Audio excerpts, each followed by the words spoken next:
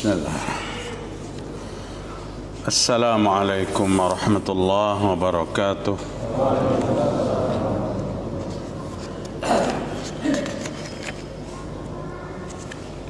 Innal hamdalillah nahmaduhu wa nasta'inuhu wa nastaghfiruh wa na'udzu billahi min sururi anfusina wa sayyiati a'malina.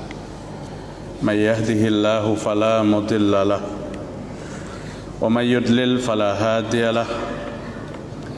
Asyhadu an la ilaha illallah wahdahu la syarika lahu wa asyhadu anna Muhammadan abduhu wa rasuluh. Ya ayyuhalladzina amanu taqullaha haqqa tuqatih wa la tamutunna illa wa antum muslimun. Ya ayyuhan nasu attaqu rabbakumul ladzi khalaqakum min nafsin wahidah wa khalaqa minha zawjaha wa batha minhuma rijalan katsiran wa nisaa'a wattaqullaha alladzi tasaaluna bihi wal arham innallaha kana 'alaikum raqiba. Ya ayyuhalladzina amanu taqullaha wa qulu qawlan sadida yuslih lakum a'malakum wa yaghfir lakum dhunubakum wa may yuti'illaha wa rasulahu faqad faza fawzan 'azima. Fa inna asdaqal hadithi kitabullah wa khairal huda huda Muhammad sallallahu alaihi wasallam wa syarral umuri muhdatsatuha wa kullu muhdatsatin bid'ah wa kullu bid'atin dhalalah wa kullu dhalalatin finnar. Mari kita bersyukur kepada Allah Subhanahu wa taala pada malam hari ini, malam Sabtu tanggal 12 Rajab 1441 Hijriah. Alhamdulillah kita sehat walafiat. Perlu saya ingatkan kembali kepada para jamaah yang mengistiqomahkan puasa pada Ayyamul Bid, hari Ahad, hari ke-13, hari Isnin ke-14 dan hari Selasa ke-15. Abu Hurairah berkata, Rasul memesankan kepadaku, mewasiatkan kepadaku 3 macam. Jangan pernah lupa berpuasa 3 hari dalam 1 bulan. Salat witir sebelum tidur dan salat duha di pagi hari minimal 2 rakaat. Para jamaah sekalian rahimakumullah, pada kajian kita malam hari ini ulun ingin sampaikan beberapa ayat-ayat Allah dan hadis-hadis Rasul yang berhubungan dengan tanda-tanda yang bisa dibaca oleh manusia ke dalam diri pribadi dan kepada siapapun, tentang tanda-tanda orang yang dicintai oleh Allah Ta'ala. Ini sangat perlu untuk kita ketahui, karena tidak sedikit seseorang mengklaim dia dicintai Allah, padahal dia sedang berada pada kebencian Allah Subhanahu wa Ta'ala. Allah yang memberikan tanda-tanda itu kepada kita, sehingga seseorang bisa melihat dalam diri pribadinya apakah dia sedang dicintai oleh Allah, apakah sedang dibenci oleh Allah Subhanahu wa taala. Atau ayat dan hadis ini menjadi ukuran bagi setiap orang untuk menyatakan orang lain bahwa orang itu benar sedang dicintai Allah atau tidak. Karena ukurannya adalah Al-Quran, ukurannya adalah hadis-hadis sahih. Kadang kita mengklaim tanpa ukuran, kami sedang dicintai Allah, buktinya begini-begini. Ukurannya bukan ukuran Al-Quran dan ukuran As-Sunnah.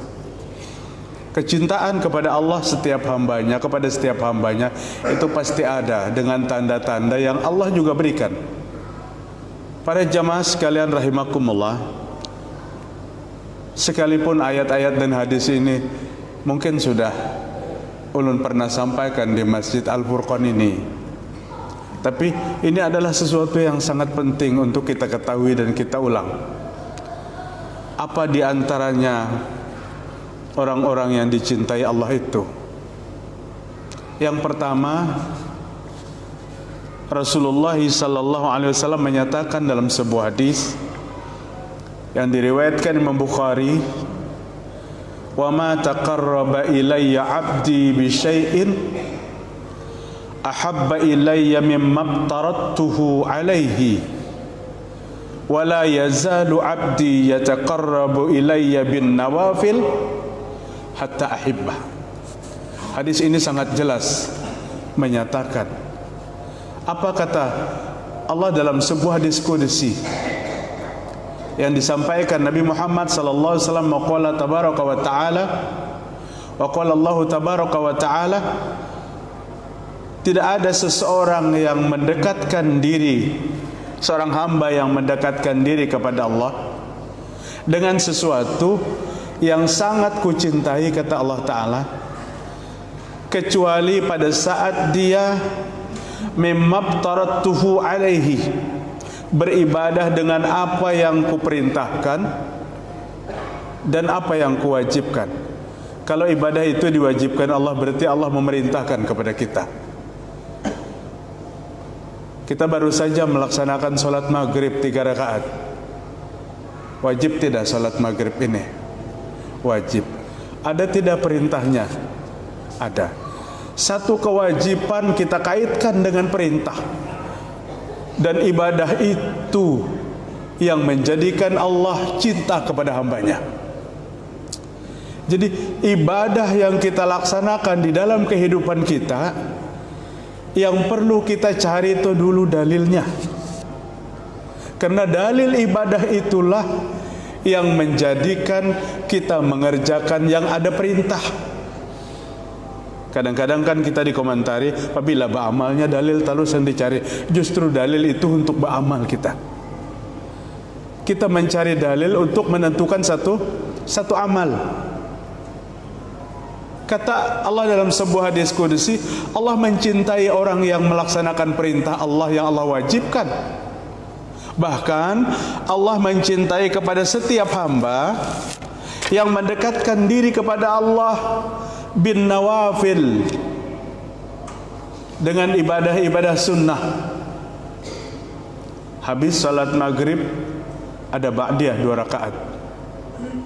Habis salat isya ada ba'diyah 2 rakaat. Sebelum salat subuh ada qabliyah 2 rakaat atau sunnah fajar. Semua itu ibadah-ibadah nawafil, ibadah-ibadah sunnah. Begitu juga dengan puasa. Puasa sunnah 3 hari dalam sebulan, yang Rasul tidak pernah tinggalkan puasa itu sekalipun dalam keadaan safar.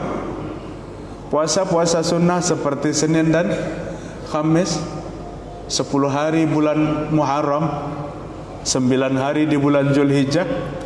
Itu sunnah-sunnah puasa yang diperintahkan kepada kita, yang kadang-kadang kita tidak tertarik dengan puasa-puasa itu, manakala kita mendapatkan satu penjelasan fadilat yang lebih besar dengan ibadah yang sama.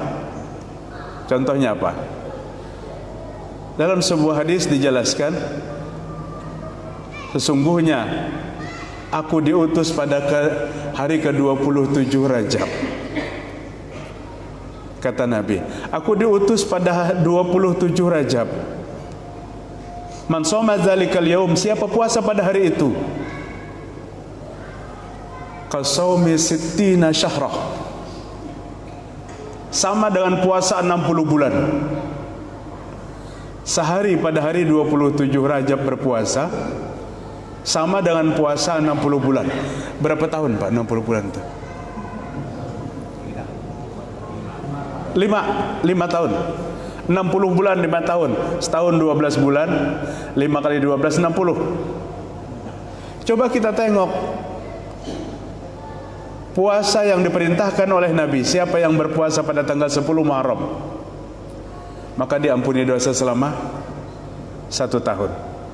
Hadis ini sahih, tidak ada satu ulama pun yang membantah kesahihannya. Siapa yang berpuasa pada tanggal 9 Zulhijjah, maka diampuni dosa selama 2 tahun. Maaf dikoreksi kalau entah salah mandak. Kalau ulun agak ingat atau kada itu nah, apakah Asyura yang 2 tahun, rasanya Asyura 1 tahun, Arafah 2 tahun, yalah, Arafah 2 tahun. Ini jelas sahihnya hadis ini. Ditinggalkan puasa Senin Kamis tidak, puasa 3 hari dalam sebulan tidak, datang 10 Muharram orang puasanya ribut olah bubur. Hari Arafah orang puasaannya berselamatan karena orang tuanya ada di padang Arafah. Giliran 27 Rajab datang sekeluargaan puasa. Nah, ini yang Nabi katakan, Allah mencintai seseorang yang mendekatkan diri kepada Allah bin nawafil, dengan ibadah-ibadah sunnah yang diperintahkan, dengan ibadah-ibadah sunnah yang punya dasar. Yang punya dasar itu puasa-puasa yang kita sebutkan.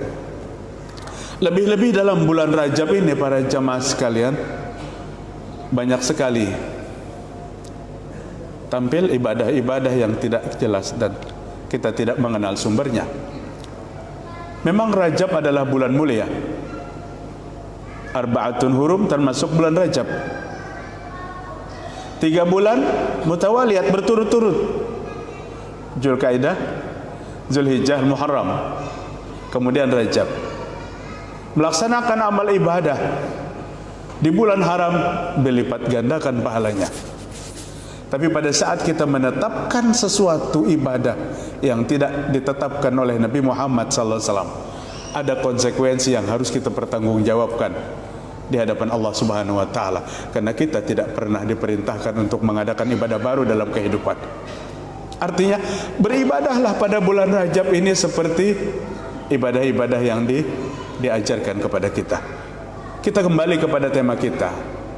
Allah mencintai seorang hambanya yang mendekatkan diri kepada Allah dengan perintah-perintah Allah yang wajib, mendekatkan diri kepada Allah dengan perintah-perintah yang sunnah. Yang sunnah. Artinya yang dapat kita lihat dalam diri kita, apa yang kita geluti hari ini ibadah itu. Apakah yang kita amalkan setiap hari ini ibadah yang diperintahkan atau tidak? Oh, kita yakin apa yang kita laksanakan itu ibadah yang diperintahkan. Berarti ada tanda-tanda Allah mencintai kita. Allah mencintai seseorang dengan memahamkan seseorang kepada agama. Dan kepahaman seseorang kepada agama tidak pernah melakukan sesuatu yang berlebihan. Ma yuridillahu bihi khairan yufaqihu fid din. Dalam sebuah hadis yang diriwayatkan Imam Muslim, jika Allah menghendaki seseorang itu baik, maka Allah pahamkan dia kepada dinul Islam. Allah pahamkan dia kepada agama Islam. Dari segala bentuk akidah sampai ibadah. Dari segala bentuk akidah dan ibadah. Ibadahnya benar, akidahnya benar, ibadahnya benar. Ini kepahaman kepada agama. Bukan dari segala bentuk kebanyakan ibadah yang kita laksanakan. Artinya banyak atau sedikit ibadah yang kita laksanakan, yang kita cari, kita mengerti atau tidak sumber daripada ibadah itu para jemaah sekalian. Mungkin kalau kita berpikir sekali pintas, beratnya pang Islam harus mencari-cari kayak itu. Justru ini meringankan.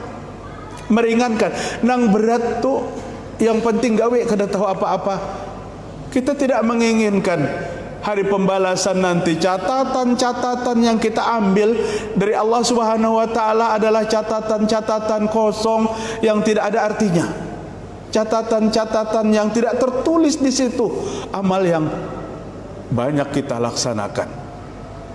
Kita menginginkan apa yang kita kerjakan diberikan, diperlihatkan dan dibalas kepada kita. Wa may ya'mal mithqala dzarratin khairan yarah wa may ya'mal mithqala dzarratin syarran yarah.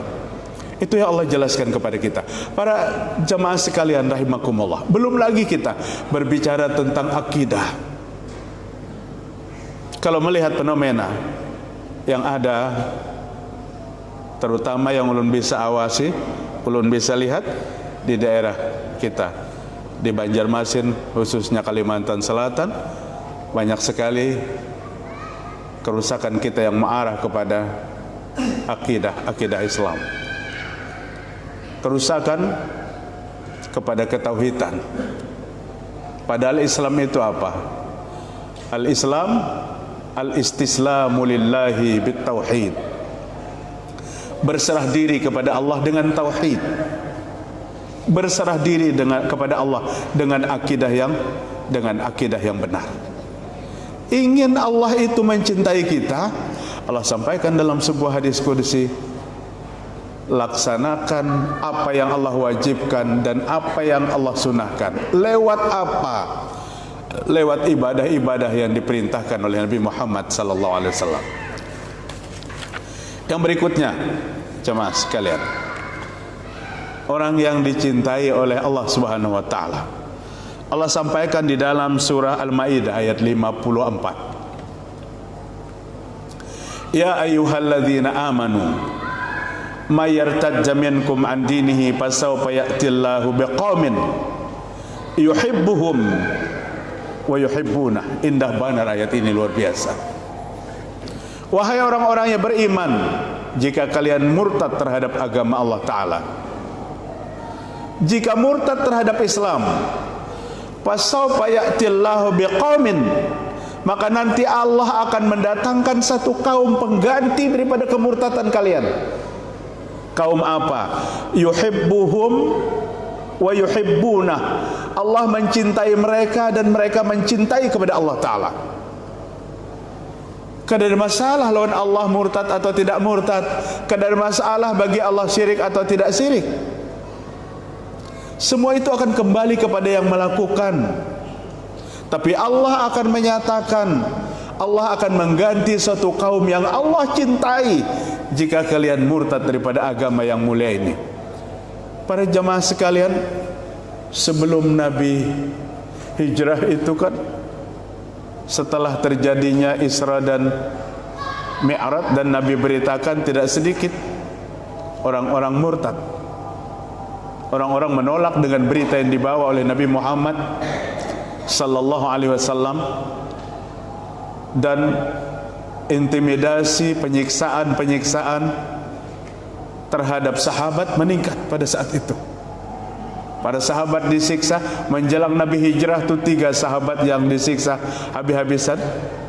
Habbab, Bilal bin Rabah, Ammar bin Yasir. 3 sahabat yang luar biasa disiksa habis-habisan. Bilal lolos dari penyiksaan karena Abu Bakar As-Siddiq radhiyallahu an memerdekakannya. Tapi Ammar bin Yasir disiksa, diawali dengan penyiksaan bapa dan ibunya di hadapannya, sampai dibunuh dengan cara yang mengerikan di hadapannya, orang tuanya. Pada saat giliran Ammar bin Yasir disiksa yang sama, maka Ammar berkata kepada penyiksanya, sudahlah, berhenti menyiksaku, aku sudah meninggalkan Islam. Aku meninggalkan Islam. Maka dia berhenti menyiksanya. Memang tujuannya disiksa itu agar semua orang yang disiksa itu murtad. Dan Ammar bin Yasir menyatakan dirinya murtad di hadapan orang yang menyiksanya. Tapi sudah sekujur tubuhnya babak belur, dengan luka-luka memar, darah-darah yang mengalir.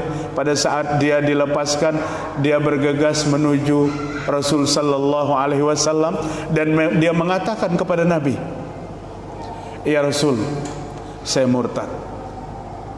Saya disiksa. Pada saat dilihatkan di hadapan saya pembunuhan 2 orang tua saya dengan cara yang mengejutkan, yang sangat keji. Maka saya menyatakan, jangan siksa saya murtad." Itu pun setelah disiksa sudah babak belur. Apa kata Nabi Muhammad sallallahu alaihi wasallam kepada Ammar bin Yasir? Qala kaifa tajidu qalbaka? Waktu engkau disiksa itu bagaimana hatimu saat itu? Di waktu engkau menyatakan kemurtatan, hatimu bagaimana tentang Islam? Wahai Ammar. Maka Ammar berkata, mutmainnun bil iman ya Rasulullah, hati saya tetap istiqomah dengan iman.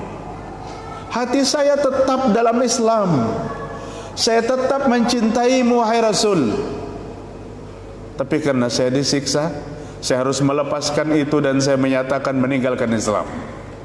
Apa kata Nabi kepada Ammar bin Yasir? In adu fa'ud. Jika kamu disiksa lagi seperti itu, maka katakan saja, aku murtad. Ucapanmu diampuni maksudnya. Para ulama memang sepakat seseorang yang dipaksa untuk murtad, dalam keadaan terpaksa, maka dia tidak dicatat sebagai orang yang murtad. Terjadi kemurtatan yang secara lapang dada, menerima kemurtatan itu, dan kemurtatan yang terpaksa, seperti Ammar bin Yasir. Allah menurunkan ayat pada saat Nabi berdialog dengan Ammar bin Yasir. Apa kata Allah? Man kafara billahi ba'da imanihi illa man akriha wa qalbuhu mutmainnun bil iman. Siapa yang kafir kepada Allah setelah dia beriman, Allah membencinya, Allah memurkainya. Allah murka kepada orang yang murtad, kecuali murtad dalam keadaan dipaksa. Artinya ayat ini persis peristiwa yang dialami oleh Ammar bin Yasir, kecuali murtad dalam keadaan terpaksa. Tetapi orang yang walakin man syaraha bil kufri sadran fa alaihim ghadabun min rabbinallah, ghadabun minallah. Adapun orang yang hatinya plong, hatinya lapang, hatinya ikhlas, bermurtad, maka itu orang yang berada dalam kemurkaan kepada Allah Subhanahu wa taala. Terjadinya kemurtatan itu dan Allah menurunkan ayat ini. Kada ada masalah bagi Allah taala. Orang murtad, orang kafir, orang syirik, apapun yang dia laksanakan tidak pernah menurunkan derajat Allah Ta'ala. Ketinggian dari Allah tidak tergantung kepada taat atau tidak hambanya. Ketinggian derajat Allah tidak tergantung kepada banyak yang beriman atau tidak. Beriman atau tidak, syirik atau tidak seseorang, itu akan kembali kepada dirinya sendiri. Bahkan dia melaksanakan satu perbuatan yang melampaui batas terhadap dirinya, karena kemurtatan dan kekafiran serta kemusyrikan itu akan dia rasakan dan akan dia terima. Apalagi para jamaah sekalian, tidak ada dosa yang paling tinggi kecuali syirik.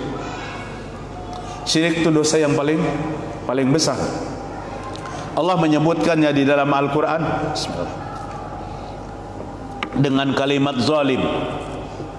Tidak ada dosa yang lain disebut dengan kalimat zalim. Keji, fahisyah dan seterusnya. Tapi untuk syirik, Allah katakan sebuah kezaliman. Sebuah kezaliman yang dampaknya luar biasa. Dan Allah katakan, Annallaha bari'um minal musyrikin wa rasulah.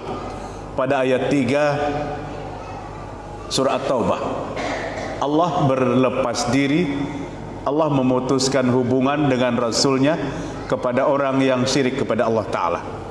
Artinya perlu juga kita jaga hari ini diri kita, keluarga dan lingkungan kita jangan terjebak daripada kemusyrikan. Karena Allah menyatakan putus hubungan dengan orang yang syirik, maka kemusyrikan itu berkembang cepat tanpa dihalang-halangi. Dua yang berkembang cepat, Pak. Yang pertama syirik, Allah menyatakan putus hubungan. Yang kedua, orang yang menyelisihi Rasul dalam kehidupannya. Selalu dalam hidup ini menyelisihi apa yang diajarkan oleh Nabi. Bahkan Allah memberikan kalimat seperti ini, falyahdharil ladzina yukhalifuna an amrihi an tusibahum fitnah. Hendaklah merasa takut orang yang selalu berselisih dengan Nabi Muhammad sallallahu alaihi wasallam. Berselisih apa maksudnya? Tidak satu selera. Makanan bukan. Tidak satu selera dalam agama. Apa yang Nabi perintahkan tidak dikerjakan. Apa yang Nabi larang dikerjakan habis-habisan. Para jamaah sekalian, perlu juga kita fokus berpikir tentang hal yang seperti ini. Hal yang dua macam ini PR pokok kita. PR pokok kita dalam kehidupan. Kurangi kita berbicara tentang perbedaan furu'iyah dalam agama kita. Hari ini justru diperdebatkan masalah yang kecil-kecil. Tangan duluankah, lutut duluankah sholatnya? Berdebat. Tasyahudnya bergerak atau tidak? Berdebat. Ini masalah furu. Dari dulu kada selesai hari ini sampai hari ini. Dan ini tidak PR pokok kita. PR pokok kita kemusyrikan yang merajalela dalam kehidupan umat. Dampaknya bukan satu orang. Dampaknya bukan 10 orang. Jika Allah menurunkan bala bencana kepada semua orang, maka penting sekali kita menuntut tentang akidah-akidah yang benar. Jemaah sekalian rahimakumullah, hidup dalam menyelisihi Nabi baik dalam akidahnya ataupun dalam ibadahnya, ini adalah sesuatu yang Allah katakan antusibahum fitnatun. Allah akan timpakan kepada mereka fitnah. Apa fitnah pada ayat itu? Ditutup oleh Allah keinginan untuk beriman kepada Allah Subhanahu wa taala. Satu bencana yang amat besar dalam kehidupan kita. Atau pada ayat 115 surah An-Nisa, Allah mengatakan kepada orang yang selalu menyelisihi Nabi, nuwallihi ma tawalla. Kami biarkan dia sesesat-sesatnya. Kalau tetangga yang mengatakan kita seperti itu, enjoy aja. Kalau kita tidak sesat, biar orang beribu-ribu mengatakan kita sesat. Tapi kalau yang mengatakan ini Allah Ta'ala, kemana kita mengadu? Kami biarkan dia sesesat-sesatnya. Kalimat ini keluar dari apa? Pada saat seseorang selalu berselisih dengan Rasul Sallallahu Alaihi Wasallam dalam ibadah. Ini keperluan dasar dalam segala bentuk amal ibadah yang kita laksanakan. Jamaah sekalian rahimakumullah, mereka itu yang Allah cintai dan mereka itu yang mencintai Allah. Siapa? Azillatun 'alal mu'minin, lembut terhadap sesama orang yang beriman. Akhlakul Islam adalah akhlak yang lemah lembut. Lembut kepada sesama orang yang beriman. Tidak saling gontok-gontokan, tidak saling serang. Lebih-lebih dalam masalah yang kecil. Bukankah dalam hidup kita ini kasih sayang Allah itu akan datang kepada setiap orang yang saling berkasih sayang? Dalam sebuah hadis qudsi yang diriwayatkan Imam Ahmad dan Ibnu Hibban, Syekh Albani mensahihkan hadis ini, haqqat mahabbati lil mutahabbina fiyya, kata Allah Ta'ala, aku mencintai orang yang saling mencintai karena aku. Aku mencintai orang yang saling mencintai karena aku. Tanamkan rasa cinta karena Allah, maka Allah akan mencintai kedua-duanya. Aku mencintai kepada orang yang saling bersilaturahim karena aku, menyambung tali silaturahim. Haqqat li mahabbati lil mutawassilina fiyya, aku mencintai kepada orang yang saling berkunjung karena aku. Haqqat li mahabbati lil mutazawwirina fiyya, aku mencintai kepada orang yang saling berbagi karena aku. Haqqat li mahabbati lil mutabadzilina fiyya, aku mencintai kepada orang yang saling bernasihat, saling meluruskan karenaku. Haqqat li mahabbati lil mutanasihina fiyya. Peluang-peluang, jalan-jalan untuk meraih cinta Allah sangat banyak kepada kita. Diawali dengan ibadah yang diajarkan kepada kita. Para jemaah sekalian rahimakumullah, kemudian pada ayat 31 surah Al-Imran, Allah Subhanahu wa taala berfirman, "Qul in kuntum tuhibbunallaha fattabi'uni yuhibbukumullah wa yaghfir lakum dzunubakum wallahu ghafurur rahim." Katakan wahai Muhammad, kalimat yang diawali dengan kul, perintah dari Allah kepada Nabi untuk disampaikan adalah hal yang sangat penting. Kul huwallahu ahad, kul a'udzu birabbil falaq, kul a'udzu birabbin nas, kul in kuntum tuhibbunallah. Katakan hai Muhammad kepada semua manusia, jika kalian mencintai Allah Ta'ala, fattabi'uni, maka ikuti aku.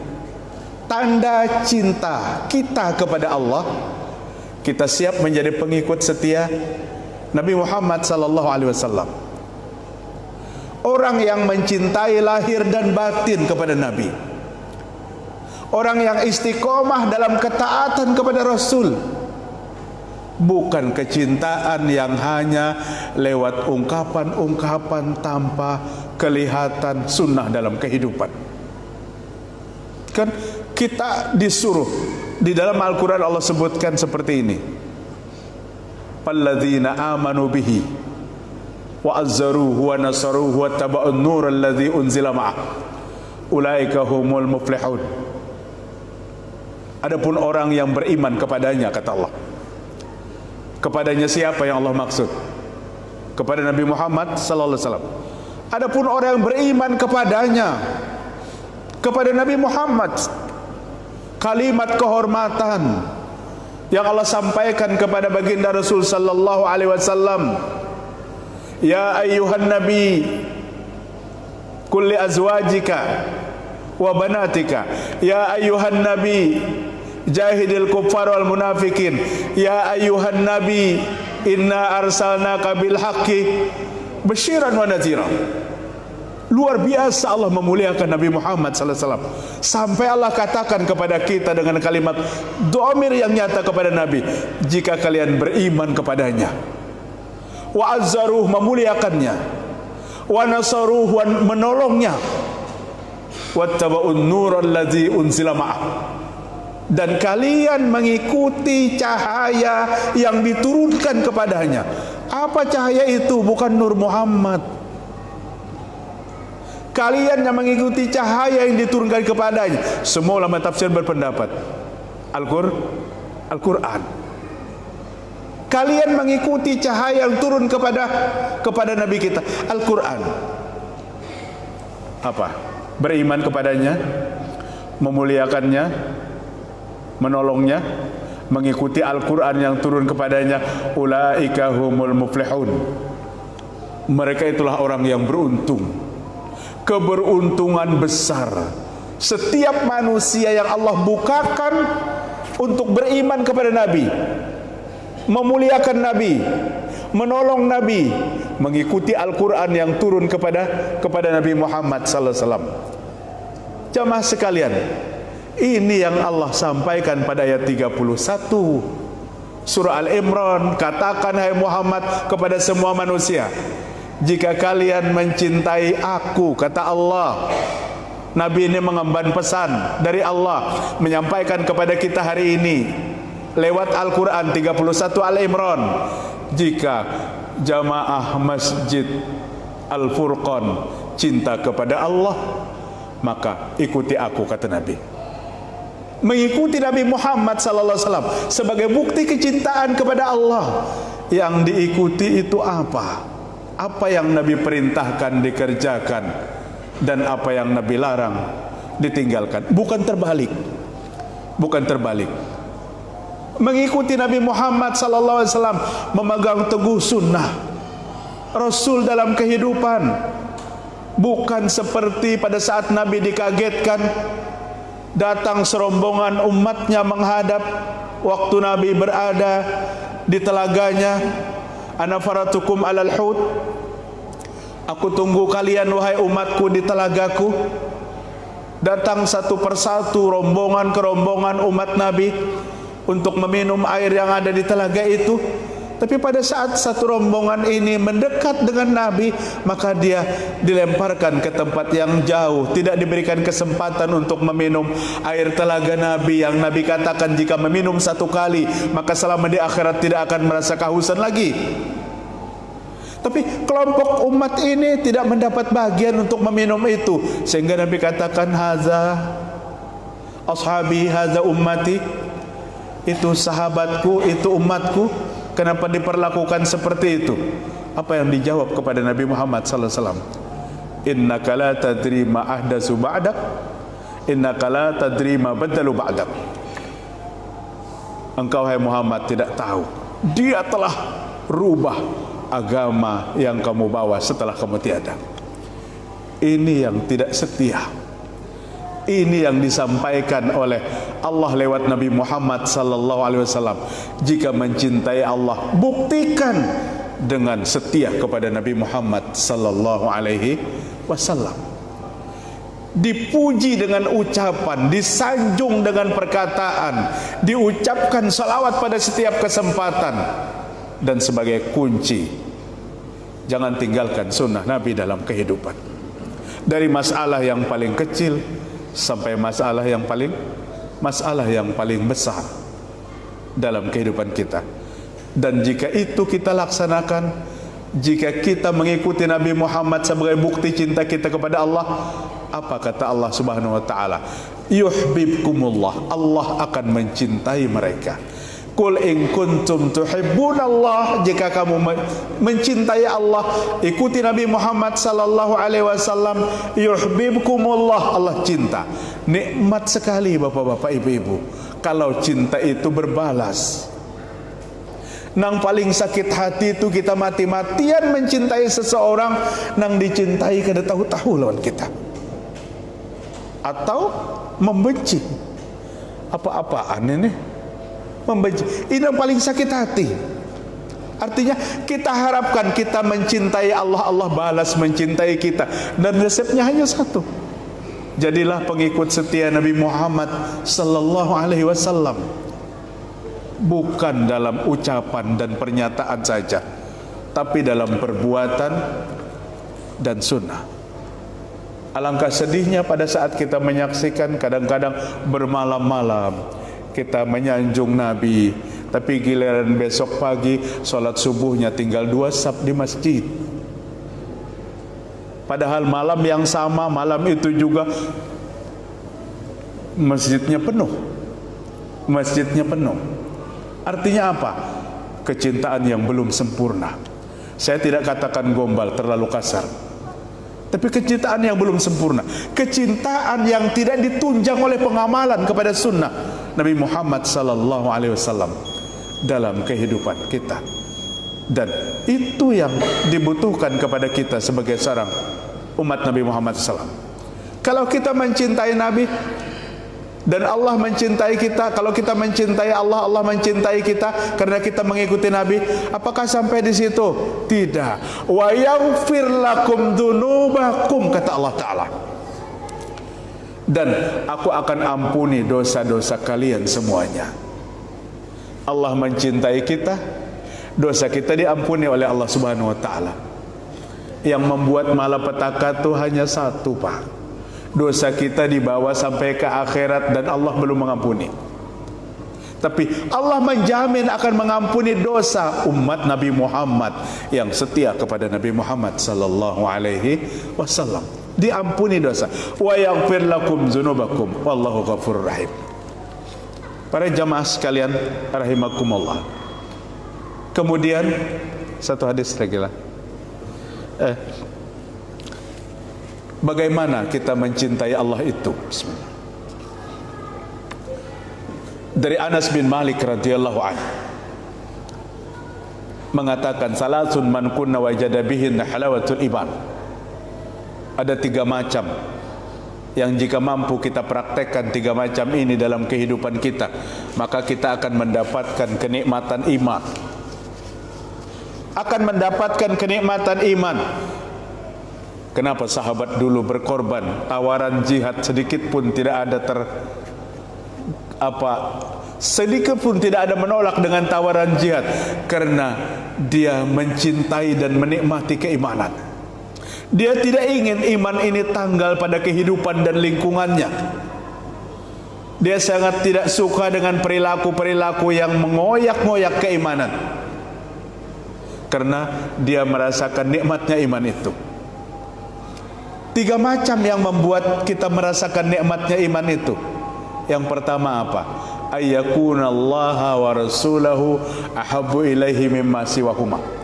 Allah dan Rasul dicintai keduanya di atas daripada segala-galanya. Allah dan Rasul dicintai di atas daripada segala-galanya. 24 surah At-Taubah Allah menjelaskan apa yang sering manusia cintai. Qul in kana aba'ukum wa abna'ukum wa ikhwanukum wa azwajukum wa ashiratukum wa amwalun iktarabtumuha wa tijaratun tahshawna kasadaha wa masakina tardawnaha ahabba ilaikum minallahi wa rasulihi wa jihadin fi sabilihi fatarabbasu hatta ya'ti Allahu bi amri. Katakan wahai Muhammad, lagi-lagi Allah perintahkan Nabi, katakan wahai Muhammad, qul in kana aba'ukum, jika bapak-bapakmu, wa abna'ukum, anak-anakmu,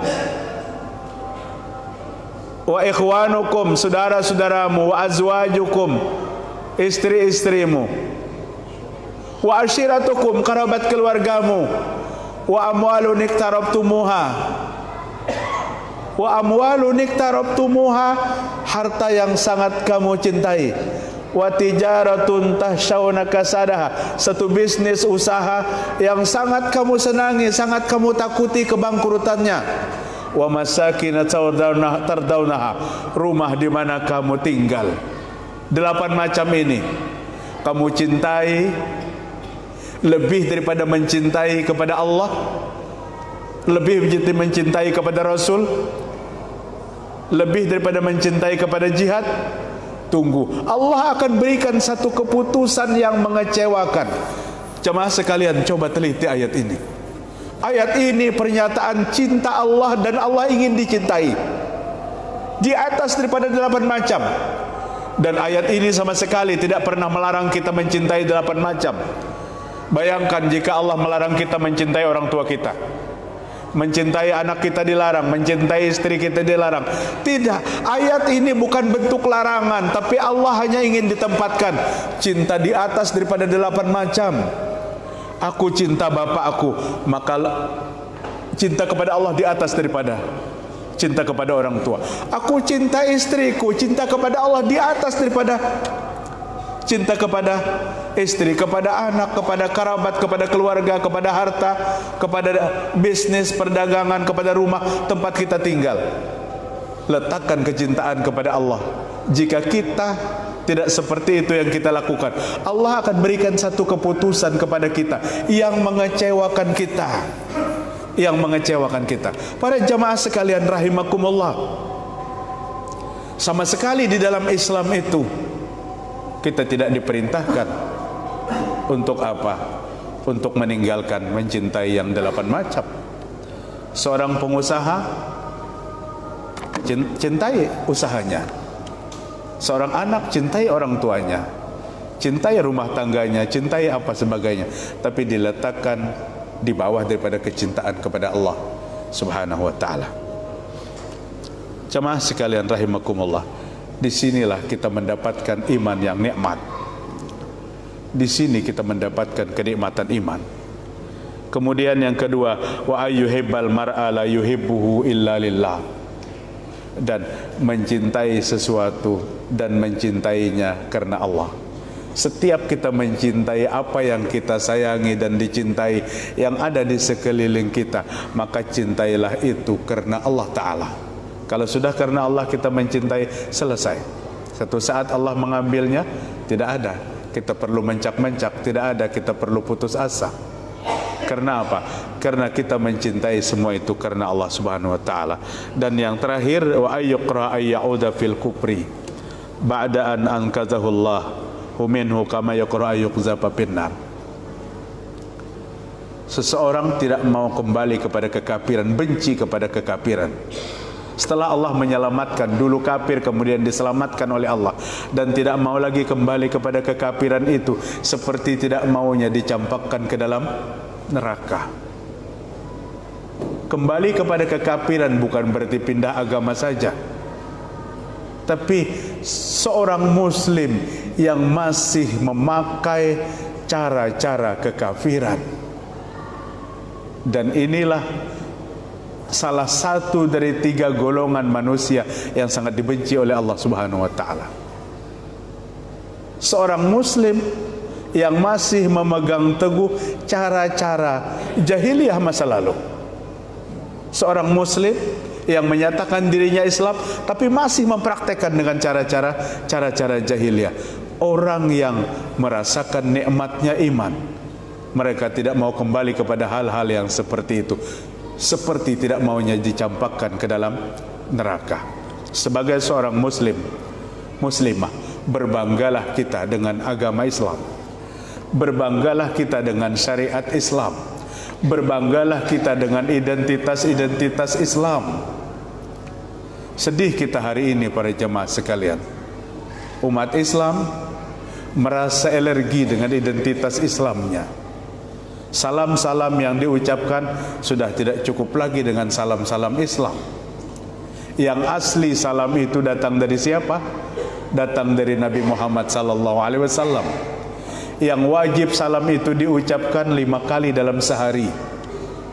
Ke sebelah kanan di waktu salat, Assalamualaikum warahmatullahi, atau Assalamualaikum warahmatullahi wabarakatuh. Satu huruf saja para ulama melarang untuk ditambah pada kalimat salam wajib itu. Artinya ini kemuliaan identitas kita. Jangan mentang biasa ceramah Assalamualaikum warahmatullahi ta'ala wabarakatuh, kemudian salam solat seperti itu, maka dikhawatirkan solatnya rusak. Assalamualaikum warahmatullahi ta'ala wabarakatuh, Assalamualaikum warahmatullahi ta'ala wabarakatuh. Pada saat kita berbelok ke sebelah kanan, maka salamnya wajib, salam yang pertama.